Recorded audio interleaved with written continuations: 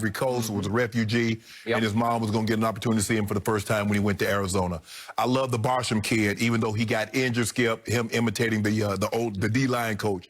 And the D-line coach, Skip, I'm listening to this dude, I'm like, hold on, ain't no way this dude a D-line coach. I'm like, this dude sound like he from overseas. Well, he actually is, but I'm like, huh? So I love that aspect of it. I love the interminglings what they show, Skip, when they're doing the joint practices. And CeeDee Lamb goes to one of the DBs ask CD, and CD, they're like, yeah, I put that work in. Because that's actually what happens, Skip. Is we have joint practice, and I had a bunch of them. First thing we do, hey, go ask the defense, how y'all do? Man, we did all right. What'd you do? You already know what I did. So, Skip, I love the interaction. I love the DeMarcus, the D-Law. I didn't know that he was that big of a family man. I didn't know he had actually brought his family out there to be close. It was like, wow. That's what Hard Knocks does. Yes. Yep. Yeah. It humanizes people. It lets you see a different side of them that you didn't know. And so that's what I was like. They had a little bit of Jerry talking to Michael Irvin about how good CeeDee Lamb looked and how good he's going to be this upcoming season. But, Skip, that's what I loved about last night episodes. I got to see stories.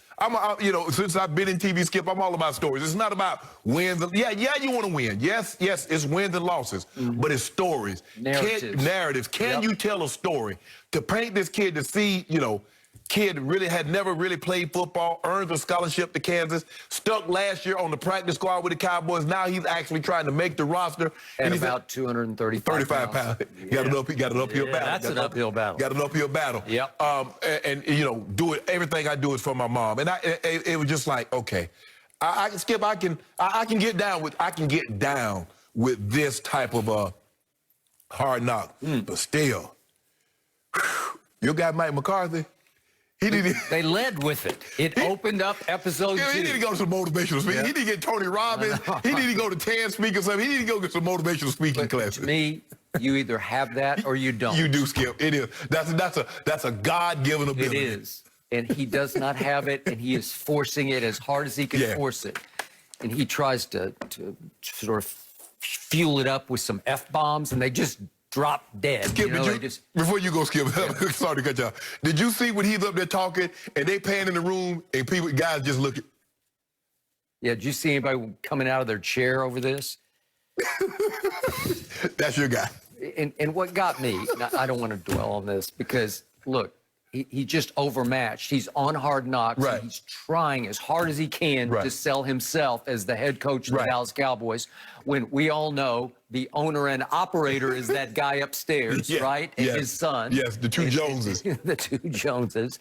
And so, remember, he's given a motivational speech that sounds like it's for the Super Bowl, and it's actually for the second preseason game, which for the Arizona Cardinals was their first.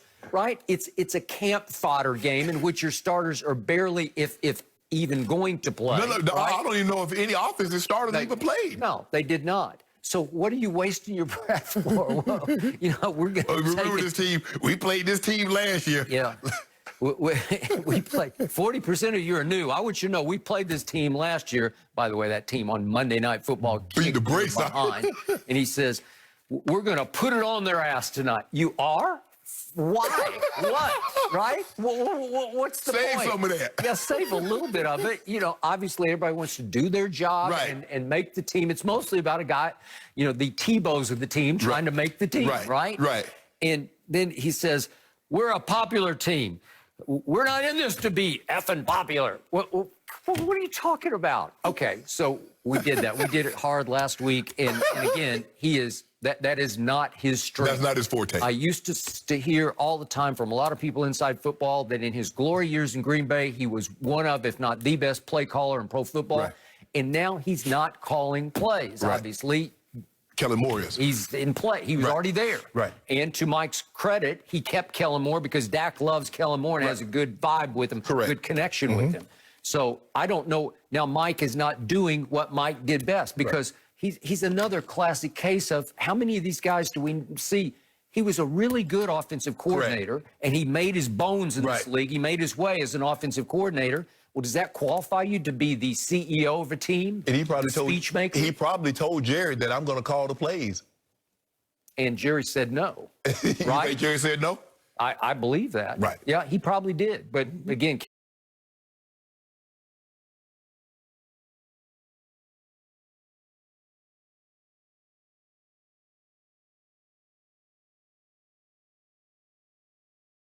he actually cracked a joke last night that made me laugh. And I've been around Jerry a whole lot in my life, and rarely, if ever, can I remember a time when he made me laugh where he actually had a funny line. Right. So he's talking about the new defensive line coach, who's from, I think, London, or he's from London Monarchs. Yeah.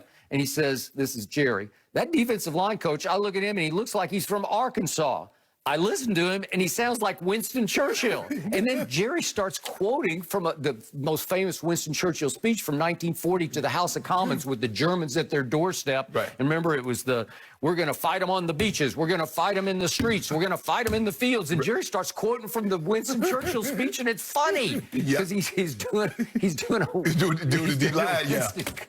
He's doing Winston Churchill's voice, and so that made me laugh. But we didn't see a whole lot of Jerry. We're going to talk later about CeeDee Lamb. Okay, now I'm going to just say this one time. I'm going to be a Cowboy fan. Okay. And I went to my first game when I was 10 years of age at the old Cotton Bowl in Dallas, Texas, so my fan is going to come out now. My two biggest takeaways from episode 2, and you could also say from just both episodes together. Okay. CeeDee Lamb and your man, Micah Parsons, that you said pre-draft. Yeah. You said he's going to be the best defensive player in the draft. Obviously, I wanted Patrick Surtain, and I still believe that your Broncos got a star in Patrick Surtain. You definitely look good on Saturday. Hey, he's just a stud. And so I would have taken him just because it was a need position. Right. And as a bookend Alabama cornerback for my other guy, Trevon Diggs, obviously, I would think you'd be set maybe for 10 years. Right. But Micah Parsons is going to be a star in this league. And I love what he was yelling at the end of you could see him when he came out of the game at Arizona. You know, I don't got to talk about it. I be about it. Right. Well, he is being about it. And you can see him. He is all over the field. Sudden. He's in the middle of everything. Yes, Skip, he just has what you can't teach. You can't teach any of that. It's magical where you just have sense. Right. You call it spidey senses, whatever it is. You just smell football and you get there. And he's got such quickness at his size that and it was interesting to watch him with BAD, Ben DiNucci, the backup quarterback. They're playing chess. He's a really good chess player. And I read that he beat Amari, who is the team champion at chess. Right. So he's got a chess mind. And he said he made one blunder and it cost him the game against DiNucci. Right. But the point is, I'm impressed. He's already a very good chess player because his mind is working chess like on the field. And you could see it. He's a couple of moves ahead. Sometimes he's too many moves ahead because he gets beat, you know, he just gets faked out of position. Right. But again, is that not a new big jolt of electricity to that defense? Right. He was sorely needed as an all over the field playmaker, just as Jalen Smith. I know it trended Saturday, or was it Friday? Friday night. Yeah, Friday night. Jalen Smith had the one play where he couldn't get outside. He just looks like he can't run anymore. Right. I mean, it's gotten sad, but all of a sudden, here comes Micah Parsons. Well, you overpaid Jalen Smith because you gave him a big new deal, so he's going to be a big cap hit on the bench, and it looks like he's going to be mostly, to me, on the remember, bench. you guaranteed his contract before the season. Like, as soon as the league year started, you guaranteed his contract. March 5th. Right. But, Skip, I think the thing is that when you look at Micah Parsons, it's like, guys might be fast. Like, man, he can really run. And then you put him next to Usain Bolt. And you're like, you're not that fast at all. It's when you put Michael Parsons next to Jalen Smith. And then you see the differences in speed. And you're like, well damn, Jalen. But Skip, Jalen shouldn't even be playing. The injury that he had at the Fiesta Bowl that left him down there where they shredded his PCL, his ACL. By the way, it was that same field that he was on Friday night. So for him to have carved out a niche, have gone to a couple of Pro Bowls and get a second contract, Skip, I think that speaks to something. But yeah, he's starting to slow down. He's not the same player that he once was. But Michael Parsons, and looking at him and looking at his measurables and watching him play, is very few guys that can take measurables, can run fast, can jump high, can do a short shuttle, can do all that. And then you put him on the field, and you're like, well, damn. Everything that he did there, he's doing here. He's one of those guys. Skip, I'm not saying he's going to be Ray Lewis. I'm not going to say he's going to be a Luke Kuechly. but he has instincts. And that's what the linebacker needs. He has instinct. Devin White has instincts. Yeah. Devin White is sudden. Devin's a little bigger than this kid. Put on some strength weight, some muscle weight. Right. And I finally got to see a little bit inside him, thanks to Hard Knocks. And I liked him because I didn't know, I had no sense of him kind of away from football. Right. And he had a softer side, a sensitive side, and I loved it that he was talking about his Siberian and his golden doodle that he had to live back, leave back in Dallas. And he said, I miss them so much. That's a man after my own heart. Yep, exactly. You know how that goes. I was thinking the same thing. Yep. And so I think this is going to be his year. So he's going to become a driving force on offense, Micah on defense.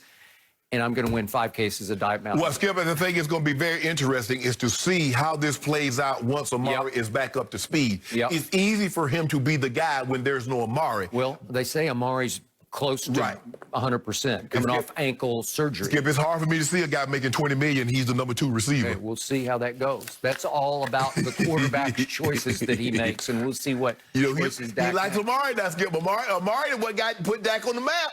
You remember when they traded for him? He was raving about CD during practice, how easily he runs go routes. It's like he walks underneath balls. Okay, here we go. You gonna upset Amari?